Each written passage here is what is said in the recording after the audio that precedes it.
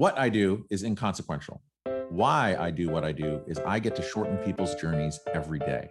What I love about our hospitality industry is that it's our mission to make people feel cared for while on their journeys.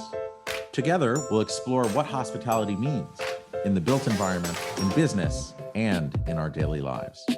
I'm Dan Ryan, and this is Defining Hospitality. Hello and welcome, everyone. I can't believe that 1 year has passed since we started this podcast. All of us here at Defining Hospitality are humbled by the continued growth of our listeners, the engagement, and also the positive feedback we've received from so many of you from all over the world. When I embarked on this podcast journey, I wanted to tell stories of what, by all measures, is an envious industry to be in. I mean, who doesn't love travel, design, new life experiences, and feeling cared for? I guess one of the biggest takeaways that I've learned from this mode of communication is that I had to become a much better listener. I also must say that active listening for so long is really exhausting, but yet strangely extremely fulfilling. I walk away from each conversation completely energized.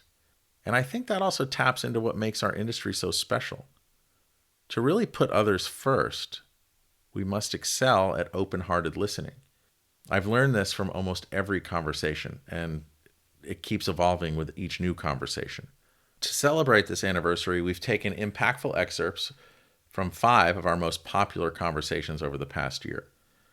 What I find super interesting is that 2 of them are from among the very first conversations we had. No doubt this is the excitement of something new, and they've also had the most time to run. But there's also 2 really recent conversations, which I think are a testament to our continued growth. I've not done a summary before, but another super cool thing about this medium is that there are no rules in podcasts.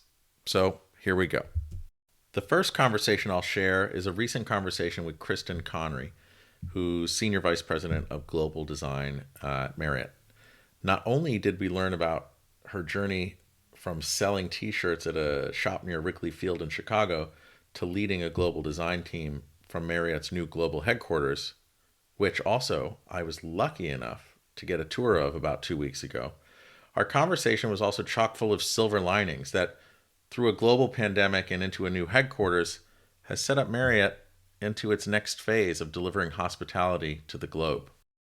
These next few years will be very interesting as we get back into the swing of things with renovations. And I think with all of this, they always kind of try to find the silver lining in these really challenging and kind of devastating experiences that we've had. But there are silver linings.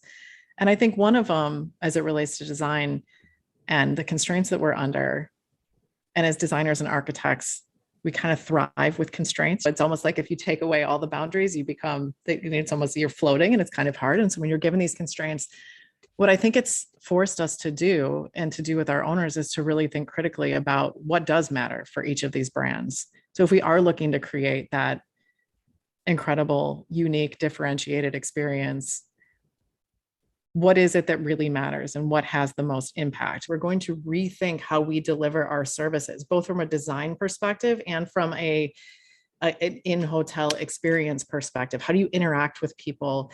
What are the expectations that people have of meaningful interactions? What are those needs that we are designing for and satisfying? And from the select segment all the way through lifestyle and through luxury, they're evolving. So I am super excited about continuing on this kind of very data rich, thoughtful, responsive journey with a new level of rigor and discipline built into our DNA now. Our next is a recent conversation with Greg Keffer, who is partner at Rockwell Group, which is an award-winning 250-person interdisciplinary architecture and design firm in New York City, specializing in hospitality, culture, healthcare, education, product, and set design. Greg and I have met numerous times over the years, but this is by far the longest conversation I've ever had with him. and a memorable one to say the least. I really appreciated his calm yet driven and clear demeanor, which I think is a testament to how he's helped build, lead, and inspire teams across the globe to execute some pretty incredible projects. What I learned from him is that from Indiana to New York City to Madrid, if you dream big enough and you can communicate these visions effectively, anything is possible. To me, the true reason hospitality exists is to bring people back together. And I think we need spaces and places and something that is a common bond between people. And I think that's to me what's exciting about the world we are able to practice in, because we're uniting people, and hopefully maybe bringing some people back together that have been torn apart by all this craziness. I think the first thing is we want to kind of understand who are we designing it for, right? And what do they need? What do they desire? What do they feel? And sort of have empathy for that in some ways to kind of how do you create a space that supports what's going to excite them the most. Every project is different. We always also do a lot of research up front. Every project we have is narrative driven. So we really like to do the research up front and build a story. And from that story, start to articulate the design. So I think, it's ultimately, it's about them. And every project we do looks different. And that's the reason for that is that we don't have a set style. We don't, it's really reflective of the need of that project and the users of that project. When I asked Bashar Wallace if he'd be a guest on our fledgling podcast, I didn't even finish the sentence. He cut me off and said, "Tell me where and when, and I'm here for you." Now that is Bashar in a nutshell. He's there for me and countless others. I know I can always count on his rock solid support. And the funny thing about our talk, it was an early talk, was that he had so much to say and he was so passionate about it. I just had to step aside and let him go. I'm smiling ear to ear thinking about our talk right now. What I learned from him is that hotels, in a nutshell, are just a commodity. It's a box in a real estate sector, hopefully well-performing financial asset. But what makes them special are the people inside and how they know the people that are entering and how they make them feel. Because ultimately, hospitality is about how you make others feel. His passion for hospitality is undeniable and infectious. And I cherish our friendship. It's a really interesting topic that's near and dear, and I get righteous on things that I strongly believe in, so forgive my righteousness and swearing along the way. Please swear. I'm going to give you a very long answer because it's really sort of the core of what we're talking about here. People often ask me what business I'm in, and the analogy I use again and again is the following. I say, I am in the theater business.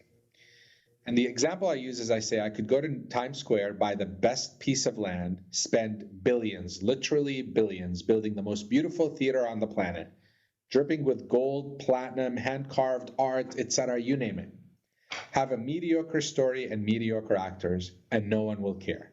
The New York Times does not go to the theater to write about the building. They go to the theater to write about the play. So I say I'll go 10 blocks off of Times Square, have a good enough building, and good enough means comfortable, cool when it needs to be cool, warm when it needs to be warm, and just checks all the boxes in terms of comfort.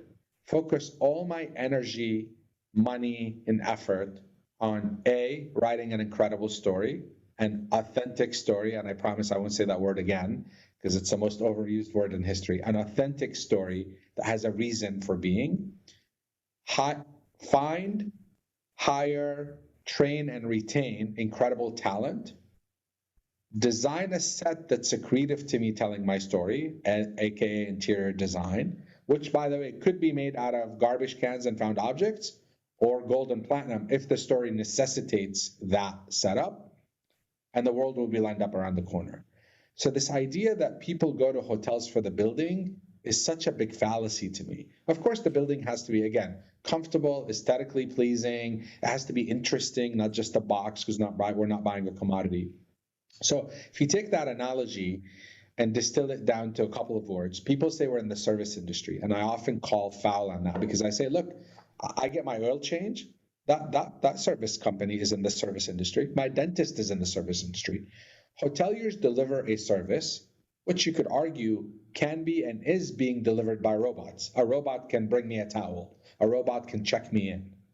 But fundamentally, the difference between the service industry, which is what you deliver, versus the hospitality industry is the following. Hospitality is how you make people feel.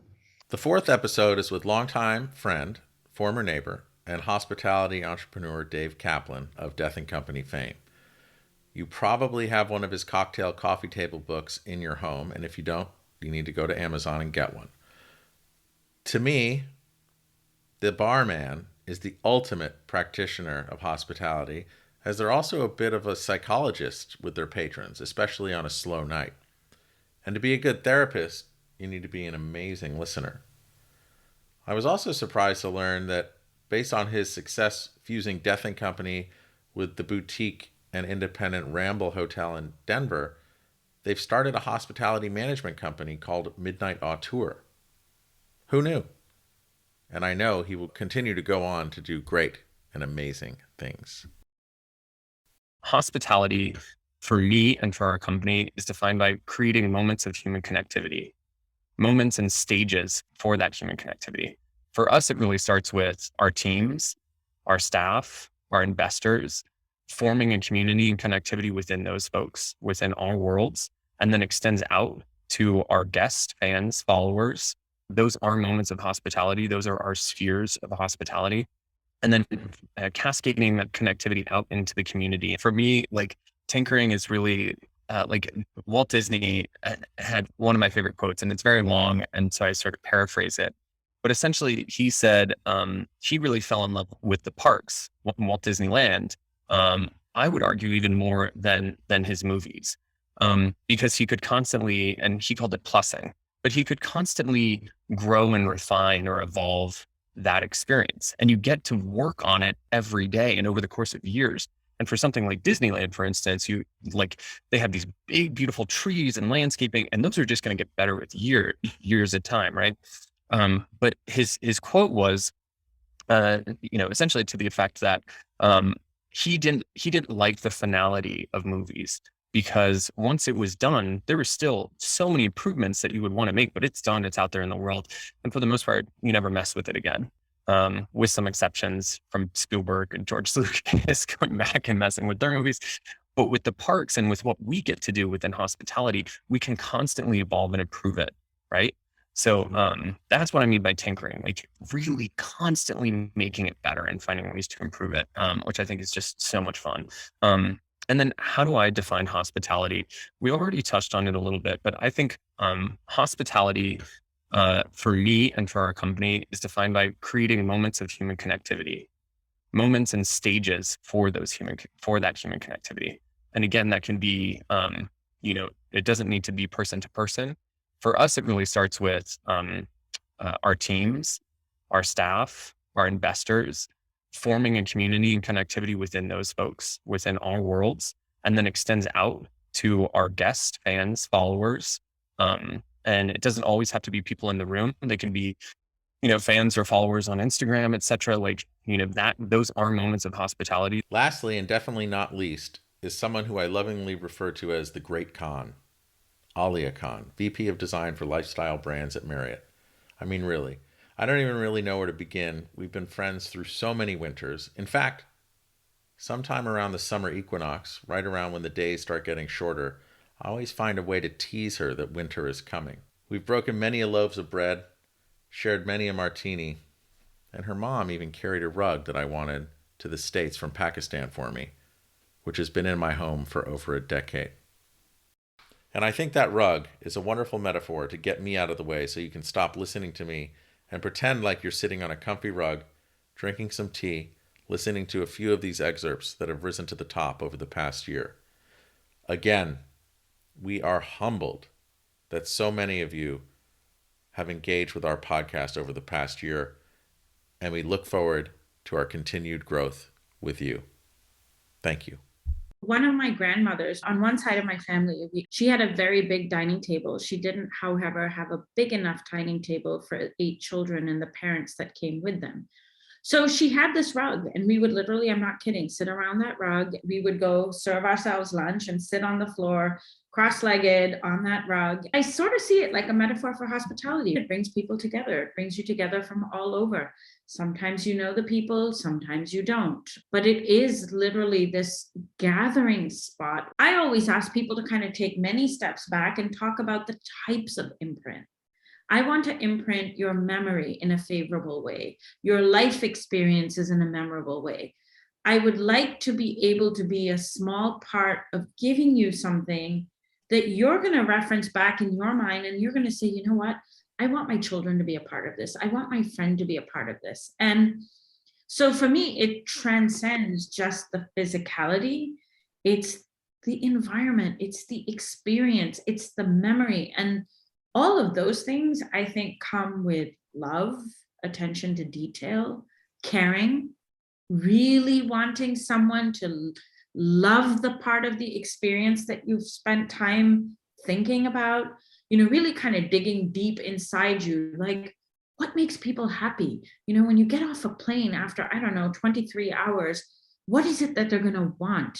And how do we, as travelers, experience makers, hosts, thinkers, find ways to deliver that in a way that it feels good?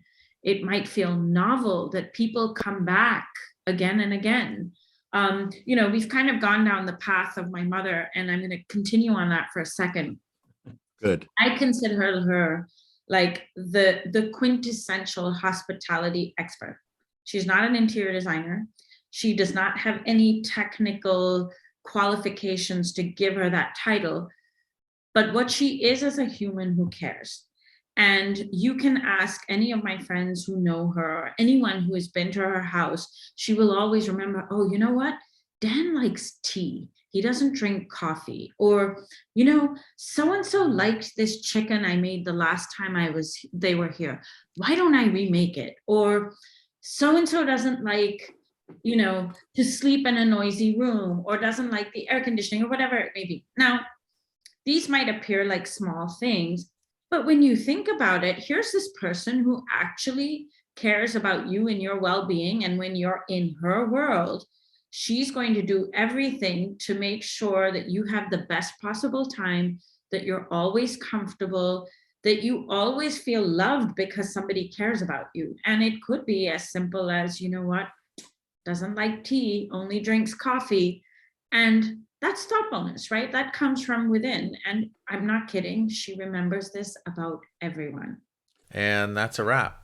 So once again, if this recording has helped change your perspective on hospitality and how to deliver it to others, or just made you think a little bit differently, please pass it on. Again, we're all word of mouth, and our continued growth is not without your help. So I thank you, all of us at Defining Hospitality. Thank you. Have a good one.